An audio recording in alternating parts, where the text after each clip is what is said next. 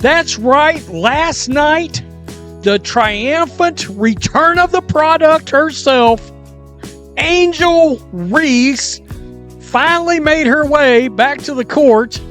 Funny, a lot of questions going on out there around Angel the last month or so.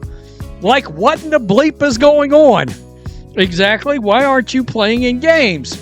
We heard it was a back injury. Chicago treated it like a coronation. Billboards, social posts, and promos all screamed welcome back, Barbie. The energy felt like a parade for a champion.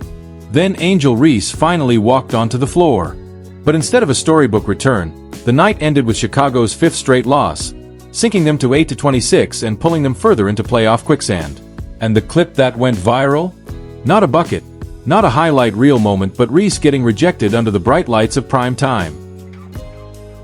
Angel low in her head. Oh, Matt has liked her spots here and likes her chances there. But critics were quick to point out the irony. Chicago's supposed superstar stepped away in the middle of a skid, then returned preaching self-growth. She put up 19 points, 7 rebounds, and 4 assists, but none of it stopped yet another collapse. And that's the real story. The grand marketing push the sky banked on blew up in their face. So here's the question: does Angel Reese actually move the needle when it comes to winning? Drop your thoughts in the comments below. Let's quitting again. It appears you're quitting again just because your team not good. Just like rookie year, once you realize you stood no chance to win rookie of the year, you quit. You're quitting unrivaled. It looked like it was happening again. But look what we have here. Look what we have here. Angel Reese has been found. She has surfaced. Chicago made sure Angel Reese's return couldn't be missed. The team's social feeds lit up with bold pink letters welcome back, Barbie, framing her first game in nearly a month as something bigger than basketball. This wasn't just game 35 on the schedule. It was marketed like a rescue mission. But the moment the ball went up, the difference between the hype and the reality became impossible to ignore. As Elizabeth Williams forces a turnover, Diana with her head up to Angel Reese. Can't put it away. Reese framed her absence as a time of reflection, saying she had learned a lot about myself. But with the team spiraling, critics called it tone deaf. Fans didn't hear humility, they heard a star who had checked out during the season's most desperate stretch. That's why this return was bigger than a stat line. It wasn't just about points or rebounds. It was about credibility, whether Angel Reese could still stake her claim as the centerpiece of Chicago. We're so back! Bang! Hexagon, polygon, octagon, it don't matter! Turn it out for pecan, butter pecan! Bang! Me bound. Bang! Hasn't played in 3 weeks. Maybe her legs are fresh. She can jump higher. No! Bang! She's played in 24 games this year. She's been blocked 48 times! According to my advanced analytics, she's getting 2 bang-bangs per game. Bang, bang! Bang, bang. The game itself delivered the harshest answer. Easy Eye Magbeggar's block, immortalized by Seattle's social team, became the moment everyone replayed. Within hours, the supposed highlight of Reese's comeback had flipped into a viral punchline. She did what she always does, barking after routine plays, but each celebration only sharpened the sting when she fell short. The staged heroics and the on-court reality just didn't align. Sure, the box score showed 19 points, but what fans remembered was that one clip. The whiplash was immediate. How do you miss 10 games and you're still top 4 in the league in total turnovers? I said swiper! No swiping! Bang! I know you're a better bowler than you are a basketball player, but I thought we were going to save that bowling pass till next year. Bang! You want some maple syrup with that pancake? Bang! Like Mr. Squarepants once said, you know what's funnier than 24? How about an 8-26 record? Bang! One moment, fans were told this game would change Chicago's trajectory. The next, they were opening Twitter to see Reese trending for all the wrong reasons. Instead of highlight reels, they watched their supposed savior become meme fodder. And when a comeback night is remembered more for an opponent's block than for the stat line she put up, that tells you everything about how it really landed. So we missed you. We missed you, Angel. You're back. You're roaring back, and I'm sure you came back and led the Chicago Sky to victory. Okay. No? Okay.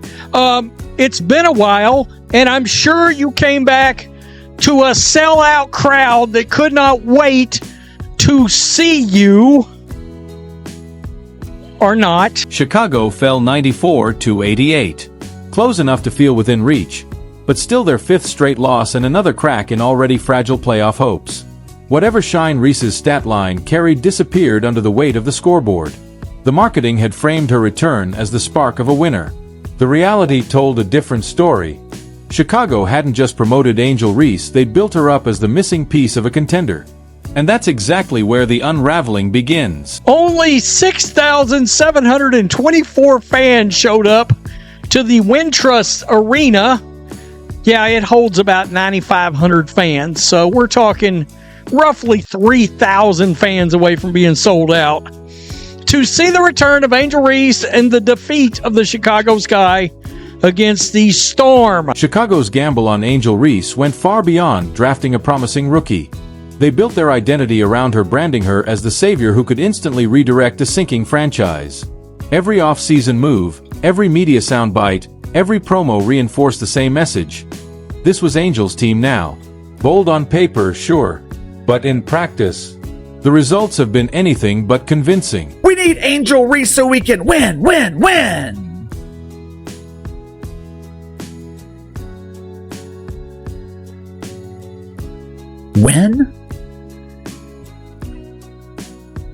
Since when has Angel Reese contributed to winning? The Chicago Bravado were routinely getting their ass kicked when she was healthy. Outside of the female Suns from Connecticut who seem to be losing intentionally, the Chicago Bravado are the worst team in the league. That so-called win now off-season tells the story perfectly. Instead of committing to a patient rebuild, Chicago went all in on urgency. The clearest sign? Trading away the 2025 number 3 pick, Sonia Citron, to Washington. She's flourished with the Mystics' versatile, reliable, already pushing into the Rookie of the Year conversation. In exchange, the Sky landed veteran Ariel Atkins, a proven two-way guard meant to stabilize the roster and deliver immediate results. The blueprint was obvious. Hand Reese the keys at forward, pair her with an experienced backcourt partner, and make a playoff push. On paper, it made sense. On the floor, it's been anything but. And no regrets for the rookie Sonia Citron with a magical move for the Mystics. She's fierce. Ooh. Citron. Citron, the back cut. Nice drop off the area. Fan get the bucket. Nice dime right there in front of the rim. Citron is blossoming in D.C., flashing star-level potential almost nightly, while Chicago remains buried in the standings. Atkins has been solid, sure, but she's not the kind of player who can flip a record on her own. And if the plan was for Reese to be the missing ingredient that turned close losses into wins, the standings tell a different story.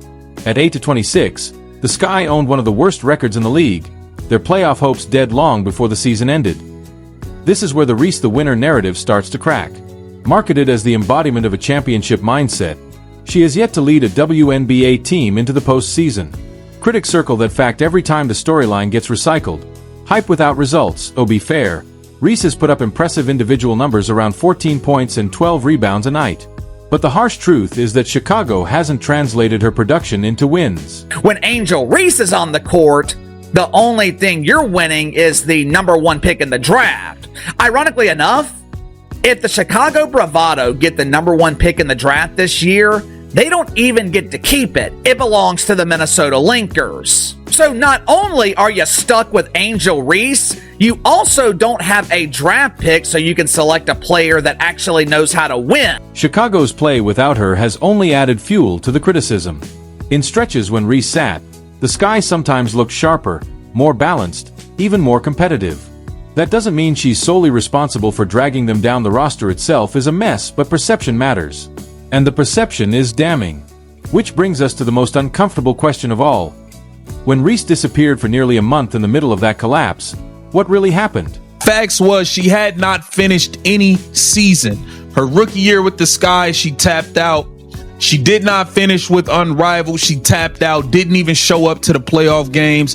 And then this season, post All-Star break, it seemed like that is all she cared about. She realized this team stinks. Tyler Marsh is a bum. Jeff P's a bum. They all stink. When Angel Reese vanished for nearly a month, the explanations only deepened the questions around her. The official line from Chicago was a back issue. Coach Tyler Marsh even deflected, saying, "If Angel didn't say, that's her story to tell."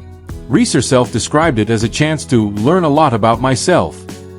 Supporters framed it as a necessary reset.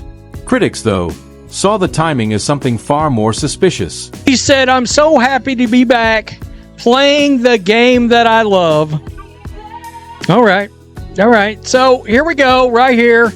This is Angel. She's going to be going down the court. Again, she's much improved from the field. She's made so much headway. Yeah. Okay. God, it's good to have Angel back. It really is. My goodness. How about right here? Angel Reese is the most blocked player in the WNBA, and believe it or not, I believe that's a real stat. Her last appearance before the break came on July 29th against Washington. She didn't return until August 19th, 7 full games gone, while Chicago was still clinging to faint playoff hopes. That absence was long enough to sting. With the sky spiraling, every missed start carried weight. And when she finally came back, it wasn't a slow ramp-up. Officially, she was on a 25-minute restriction. In reality, she logged 26 minutes, went 9-for-13 from the field, poured in 19 points, pulled down 7 rebounds, and dished 4 assists. Hardly the stat line of someone easing their way back from a serious health setback.